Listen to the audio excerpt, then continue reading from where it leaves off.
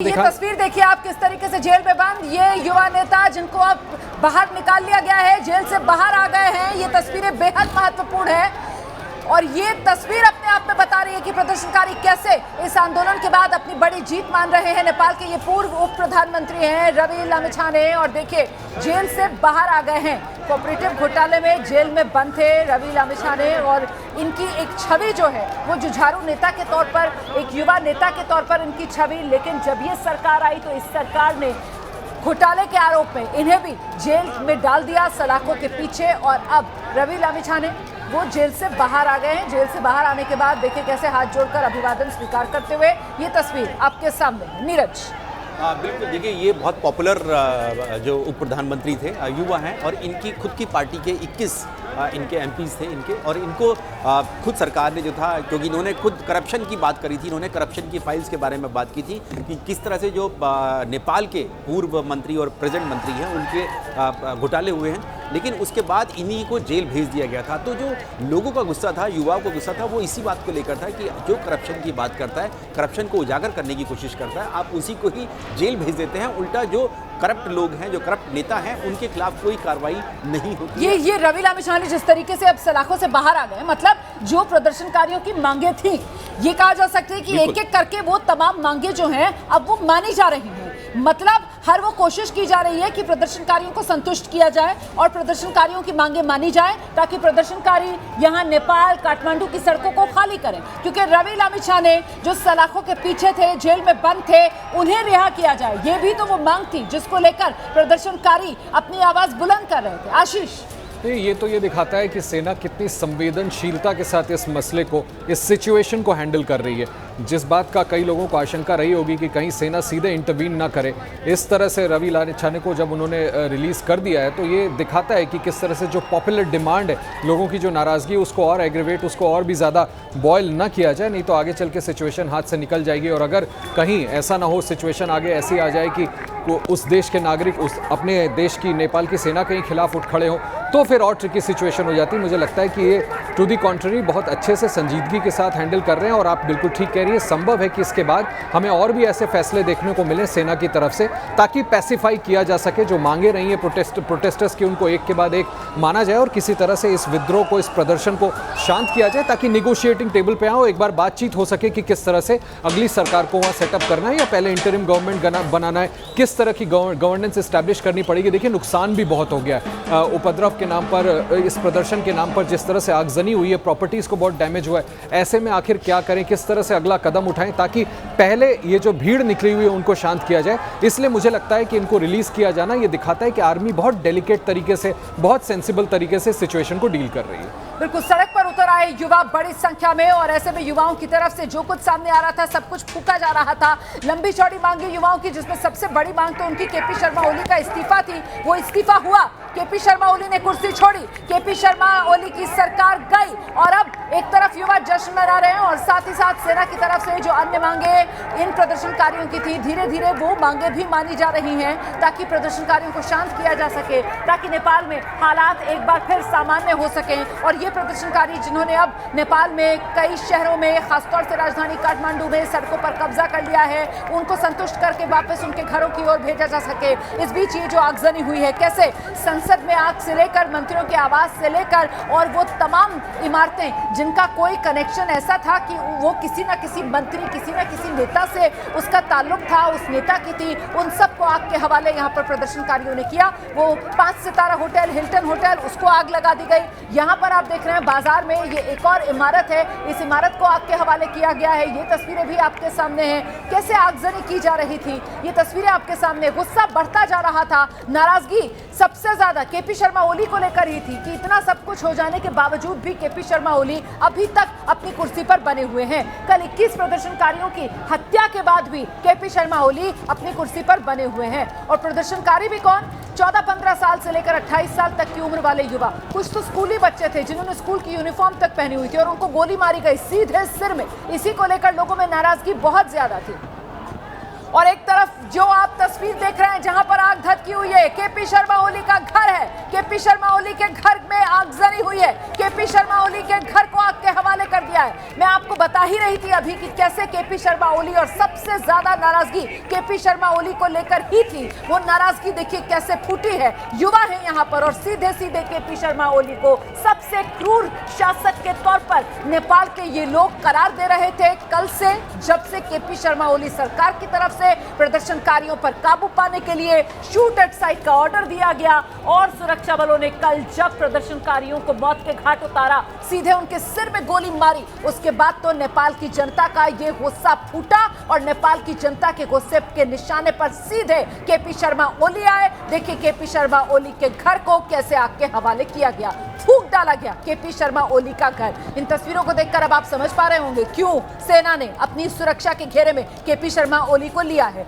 क्यों सेना प्रमुख की तरफ से केपी शर्मा ओली को यह सलाह दी गई कि आप जल्दी से जल्दी इस्तीफा दीजिए, क्यों केपी शर्मा ओली मजबूर हुए, केपी शर्मा ओली ने इस्तीफा दिया। और अब केपी शर्मा ओली कहां है किसी को नहीं पता। सेना अपने हेलीकॉप्टर में बिठाकर अज्ञात जगह पर ले गई है केपी शर्मा ओली को, लेकिन इतना जरूर अंदाजा लग रहा है ये घटनाक्रम जिस तरीके से बदला है और जिस तेजी से बदला है कि केपी शर्मा ओली को इसका अंदाजा नहीं लग पाया। केपी शर्मा ओली जो है वो हालात का आकलन नहीं कर पाए, वो सिचुएशन को असेस नहीं कर पाए, इसीलिए शायद केपी शर्मा ओली के पास कोई प्लान बी था नहीं। केपी शर्मा ओली इसी गुमान में थे कि वो कुर्सी पर डटे रहेंगे, कुर्सी पर चिपके रहेंगे और शायद वो सोच रहे थे कि जिस तरीके से वो दूसरी बार जब प्रधानमंत्री बने थे ना तो 3 साल 88 दिन का उनका कार्यकाल था, और ऐसे में अब की बार जब वो तीसरी बार प्रधानमंत्री बने हैं तो कम से कम अपना पिछला रिकॉर्ड कुछ बेहतर करके जाएंगे, लेकिन ऐसा हो नहीं सका। 1 साल 55 दिन और 1 साल 55 दिन में केपी शर्मा ओली की प्रधानमंत्री की कुर्सी से हो गई विदाई। नेपाल में विद्रोह की ये सबसे सटीक कवरेज एबीपी न्यूज पर लगातार जारी है। ये 2 तस्वीरें बताने के लिए काफी है नेपाल किस तरीके से आंदोलन की आग में झुलसा, कैसे नेपाल में आंदोलन की ये चिंगारी भड़की और देखते ही देखते धधक उठी। कल से ये सिलसिला शुरू हुआ और उसके बाद आज अपने अंजाम पर पहुंचा है केपी शर्मा ओली के इस्तीफे के साथ। जैसे ही केपी शर्मा ओली ने इस्तीफा दिया, राष्ट्रपति की तरफ से देर नहीं लगाई गई, राष्ट्रपति रामचंद्र पौडेल ने फौरन ही उस इस्तीफे को स्वीकृति दी और सीधे आपको लेकर चलेंगे। हमारे साथ हमारे सहयोगी वीरेंद्र केएम इस वक्त मौजूद हैं। जरा वीरेंद्र केएम से जानते हैं। वीरेंद्र, लगातार हम तस्वीरें दिखा रहे हैं किस तरीके का गुस्सा प्रदर्शनकारियों में ये केपी शर्मा ओली को लेकर था, लेकिन उससे भी महत्वपूर्ण बात ये कि केपी शर्मा ओली के इस्तीफे के बाद अब धीरे धीरे जो अन्य मांगे थी प्रदर्शनकारियों की, जिसमें रवि लामिछाने की रिहाई की बात भी थी, उसको भी मान लिया गया। वीरेंद्र,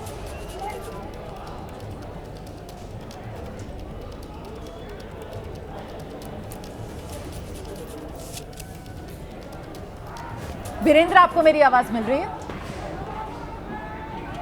वीरेंद्र से हमारा संपर्क नहीं हो पा रहा है, जल्दी से एक रिएक्शन लेते हैं। आशीष, देखिए आप बात बिल्कुल ठीक कह रही हैं। यही वजह है कि रवि लामिछाने को छोड़ने का फैसला ही इसलिए किया गया है कि किसी तरह से, जो मैं पहले भी कह रहा था, कि लोगों का गुस्सा शांत हो सके। वो डिटर्मिन्ड थे, उन्होंने ये तय कर लिया था कि आप भले ही अपने फैसले को कल दोपहर पलट दिए। यही केपी शर्मा ओली थे जिन्होंने फैसले को पलटने से पहले ये कहा था कि मैं अपना फैसला किसी भी सूरत में नहीं पलटूंगा।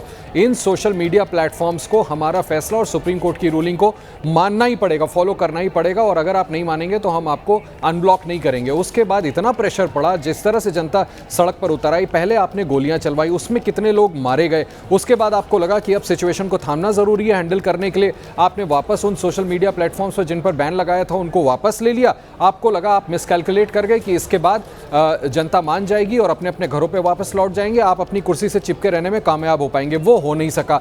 ये इस बार, जैसा मैं आपसे कह रहा था कि 2005 में भी मैंने देखा था, माओवादी आंदोलन के समय नेपाल में जनता जब सड़क पर उतरती है, वो डिटर्मिन्ड कौम है, वो जो चाहते हैं उसको जब तक अंजाम तक कन्वर्ट नहीं करा लेते तब तक वो चुप नहीं बैठते। इस बात का अंदाज़ा कल ही मिलने लगा था कि डिस्पाइट जब नेपाल की सरकार ने अपने फैसले को वापस लिया, उसके बावजूद लोग अपने घरों को वापस नहीं गए, प्रोटेस्ट कायम रहा। रात के वक्त थोड़ा थमा ज़रूर था, लेकिन आज सुबह से जिस तरह से दोबारा से ये पिकअप किया है, देखिए हो सकता है कोई भी इतना बड़ा प्रोटेस्ट बिना पॉलिटिकल पैट्रनेज के नहीं होता, ये मैं अपने एक्सपीरियंस से बता सकता हूँ। डेफिनेटली इसके पीछे भी कोई ना कोई पैट्रोनेज हो सकता है जो हमें आगे चल के पता चले, बट लार्जली इसमें कोई दो राय नहीं है कि जनता करप्शन को लेकर के लंबे समय से जो सीधे सवाल जवाब कर रही थी अपनी सरकार से और इस बात को लेकर हाईली डिसअपॉइंटेड थी, निराश थी कि एक के बाद एक बड़े करप्शन के मामले आ रहे थे, जिसमें ऊपर से लेकर नीचे तक बड़े बड़े मंत्री शामिल थे, जिन किसी का ऑडियो रिलीज हो रहा था, किसके खिलाफ रेड्स हो रहे थे।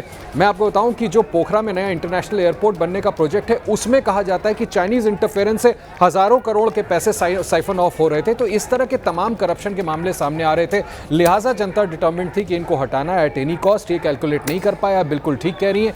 आखिरकार जब सेना अध्यक्ष ने समझाया कि अब सिचुएशन आउट ऑफ हैंड जा रही है, अब इसको कंटेन करना मुश्किल हो जाएगा, तब कहीं जाके पद त्यागने और अपने मंत्रियों के इस्तीफे के लिए राजी हुए हैं। उसके बाद एक एक करके भाग रहे और अब सेना ने उनको अपनी कस्टडी में रखा है। अगर जान की सलामती चाहते हो तो आगे वो क्या करेंगे देखना। बट लार्जर क्वेश्चन इज, जिसको हम और आप स्टूडियो में डिस्कस कर रहे हैं, कि नेपाल का अब क्या होगा, वहां कैसी सरकार बनेगी। मुझे लगता है कि इसके लिए दोनों पक्षों को बैठना पड़ेगा। यूथ अगेंस्ट करप्शन जो जनता निकली है बाहर, और सेना के बड़े अधिकारियों, सेना अध्यक्ष को बैठ करके निर्णय करना पड़ेगा कि आगे का रोड मैप क्या हो, किस तरह से अब इसको थामा जाए, लोग अपने घरों को वापस जाएं और नेपाल को नई सरकार मिल सके।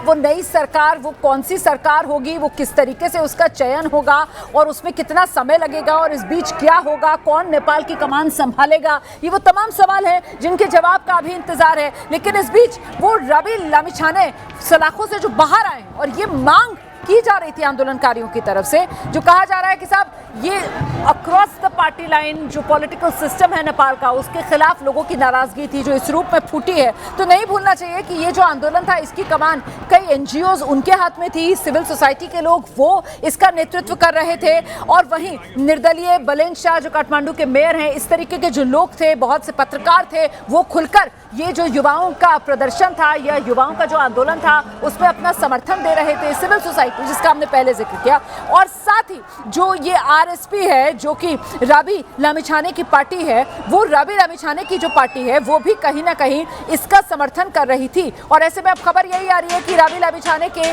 पार्टी के जो सांसद थे उन्होंने भी इस्तीफा दे दिया है, संसद से इस्तीफा दे दिया है उन्हें, मतलब कुल मिलाकर संसद से इस्तीफा उन्होंने दे दिया है। मतलब कुल मिलाकर अब नेपाल में वो एक नई सरकार, और वो नई सरकार बने, उसी का ये रास्ता है जो तय किया जा रहा है। नीरज,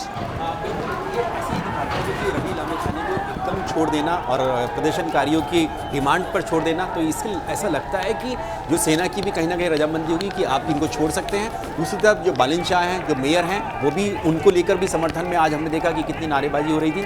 खुद जो बालिन शाह हैं, उन्होंने जो कल का जो प्रोटेस्ट हुआ था, जहाँ पर लोग आए थे, युवा उतरे थे, जैनजी उतर आया था सड़कों पर काठमांडू के, उनका पूरा सपोर्ट उन्होंने दिया था। उन्होंने साफ तौर से कहा था कि बिल्कुल सही कहा है कि जो केपी शर्मा ओली की जो गवर्नमेंट है बहुत करप्ट गवर्नमेंट है, नेपोटिज्म में पूरी तरह से लिप्त है, उनका समर्थन था। तो इसीलिए आज हमने देखा कि जब केपी शर्मा ओली ने रिज़ाइन किया तो बालिन शाह की भी समर्थन में वहाँ पर नारेबाजी हो रही थी। तो ये लगता है कि ऐसा लगता है कि इन सब युवाओं को लेकर ही एक इंटरिम सरकार बन सकती है, और उसके बाद फिर कोई इलेक्शन होगा, जो आम चुनाव होंगे, और उसमें जो जीत कर आएगी पार्टी। क्योंकि इसमें रोमाना आपको ये भी ध्यान रखना होगा कि जो पूर्व राजा हैं, किंग हैं, उनका भी बयान बीच में आया था, उनको राजशाही की वापसी के लिए भी बात चल रही थी।